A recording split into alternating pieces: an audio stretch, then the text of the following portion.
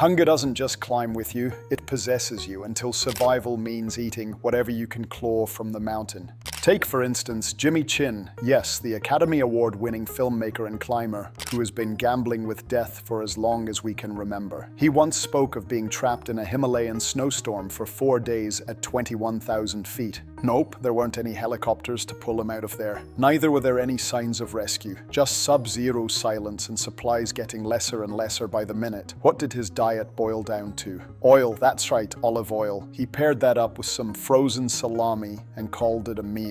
On days when desperation hit even harder, scraps of frozen shrubs were his go-to snack. The guy chewed them like they were his last meal. Horrifying how one of the world's most elite alpinists were reduced to hogging mouthfuls of oil and scavenging shrubs like some sort of a domestic animal. The point isn't that salami and oil are exotic, it's that up on a mountain, stranded those many days, you'd consider yourself lucky if you could scavenge some greens with frozen salami, because when the bag runs empty, the body begins to turn primal.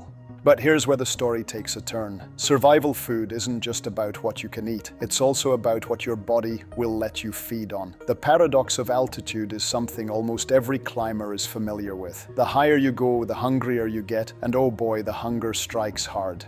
But somehow ironically, the less you want to touch a single bite. On the Appalachian Trail, long-distance hikers call it hiker hunger. But at first, it's the very opposite. You burn thousands of calories in the day, but your gut says, nope, not today. Nausea, loss of appetite, even food aversion sets in just when your life depends on refueling. Enter the ramen hacks. Ramen should be made the official currency of thru hikers for so many reasons. It's cheap, weightless, and salty. But out on the trail, it turns into something else. You could even say it mutates. Some mix ramen with instant mashed potatoes, creating what they call a ramen bomb. Others smear peanut butter straight into the broth. Bootleg pad thai much? And then there are the raw ramen crunches. Can't exactly blame the hikers. They're either too cold or too tired to boil water. They shake seasoning packets into bags of shattered noodles and munch away. For starving bodies, these Franken meals become their rescue. Calories plus salt plus fat equals, I don't know, staying alive. Notice how quickly trash food becomes gourmet when you're freezing, exhausted, and on the verge of starving to death. But ramen should be one of the most civil ones on the list. If you actually think peanut butter ramen is odd, wait till you hear about what some climbers actually come up with. Norwegian mountaineer Randy Skaug, who so happens to be one of the greats who summited Everest and, well, also completed the 7 summit swears by this one particular food you'd never guess. Reindeer heart, yes, you read that correctly. Fabuda. Imagine a rubbery, protein-packed chew toy being your meal to survive. It was frozen, dried, and shriveled into something that looks like no sane person would ever want to touch. This so-called snack is chewed on like jerky at 20,000 feet. And if you think this is about flavor, you're wrong, because newsflash, there isn't any. It's all about the 80% protein that keeps you moving when your legs feel like they're giving up. Weird? Absolutely. But when you're shivering on the side of a mountain, it suddenly feels like a 5-star meal. What's the one trail meal you swore you'd never eat, but did anyway? Drop it in the comments. Your story might make it into a future video. I know what you're thinking. Maybe a little tomato sauce would help. I mean, if it could go with a bunch of smelly mackerel, why not? This brings us to our other alpine staple, mackerel in tomato sauce. You unzip your pack in the middle of a cold blizzard, and instead of pulling out a pack of biscuits, you crack open a tin can of smelly, oily fish floating in bright red sludge. The smell alone could summon every predator within 50 miles, but to a climber, it's his victory meal. Fat, protein, salt, and a splash of tomato acid to wake you up when your body is shutting down. To an undernourished hiker, this is the good stuff. But there's no escaping from the stench of fish lasting on your hands for days. Maurice Herzog, the Frenchman who led the first successful climb of Annapurna back in 1950, found his own kind of protein supply. He had some pretty historic victories for sure, but the menu that followed, not so glamorous. On the way down, frostbite poking at his hands and feet, Herzog and his team ran out of real food and were left with one of the strangest survival hacks ever, pine needle soup. Yep, they actually boiled pine needles in water and called it a meal. In simpler words, they were having Christmas tree soup, bitter and only barely drinkable, but hey, packed with vitamin C, which probably kept them from losing their teeth to scurvy while their fingers and toes were busy turning black. Heroic? Sure. Delicious? Not even close. But conquering an 8,000-meter peak has got to have a catch, hence proved. Expeditions in the 19th and early 20th century were notorious for poor planning, supply chains shattered by storms, avalanches, or sheer arrogance. That's why journals from those journeys, they read like horror menus. Take the Arctic expeditions of the 1800s, for instance. Men set out with barrels of salted meat and hardtack, convinced they'd succeed in conquering the ice. But when their stores ran low, pride turned to dire need. The bar went so low they chewed leather boots, scraped lichen off rocks, boiled candle wax for soup. That's how horrid it was. Mountaineers today may pack freeze-dried lasagna and high-tech protein gels, but the law of survival hasn't changed very much. First you savor, then you end up rationing just like every other mountaineer on a dangerous adventure. That's where creativity begins. See where the unthinkable choices come from?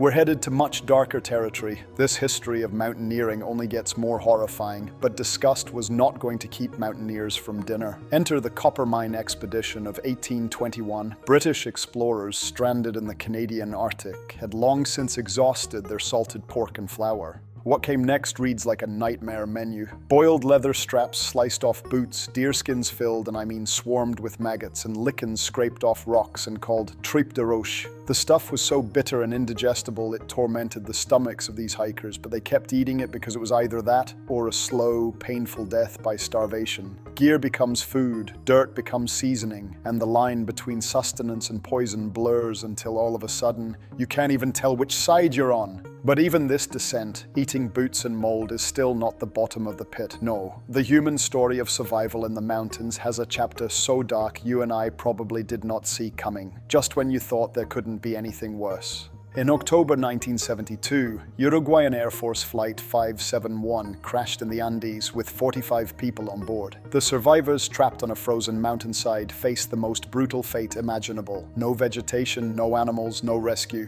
Within days, the chocolates and jam were gone. Within weeks, hope was fading. And then came the choice. They turned to the only remaining resource. Want to take a guess? It was the bodies of the dead. They dried flesh in the sun, they cut strips of frozen muscle, chewed skin, gobbled fat, brains, and organs. Each bite was a step away from morality and everything they believed about dignity, but it kept them alive. Survivors later said it wasn't eating, it was medication, fuel, the only way forward. And it worked. 72 days later, the world reeled when the rescue came, and the truth of what had kept them alive was now on the headlines of the newspapers. Cannibalism is the bottom of the survival spiral, the final frontier of weird. It's not just about breaking dietary taboos. And yet, weirdly enough, not all weird food in extreme climates comes from desperation. Some comes from tradition, honed over centuries of harsh winters where ingenuity was the only grocery store. Meet kiviak, the Inuit survival delicacy. Picture hundreds of tiny birds, whole, feathers, beaks, guts stuffed inside a sealskin. This feels like a try not to retch challenge. The skin is sealed with fat, buried under rocks, and left to ferment for 3 months, in complete darkness. When it's finally dug up, the birds have transformed into a pungent, half-rotted paste that locals eat during the cold winter months. It sounds revolting to outsiders, but in Greenland it's not just food, it's culture, survival, encoded into ritual. Kiviak proves that weirdness is relative. What explorers once saw as filth, others saw as feast. In some bad batches, botulism lurks, but in good ones it's nourishment enough to carry a family through the long night.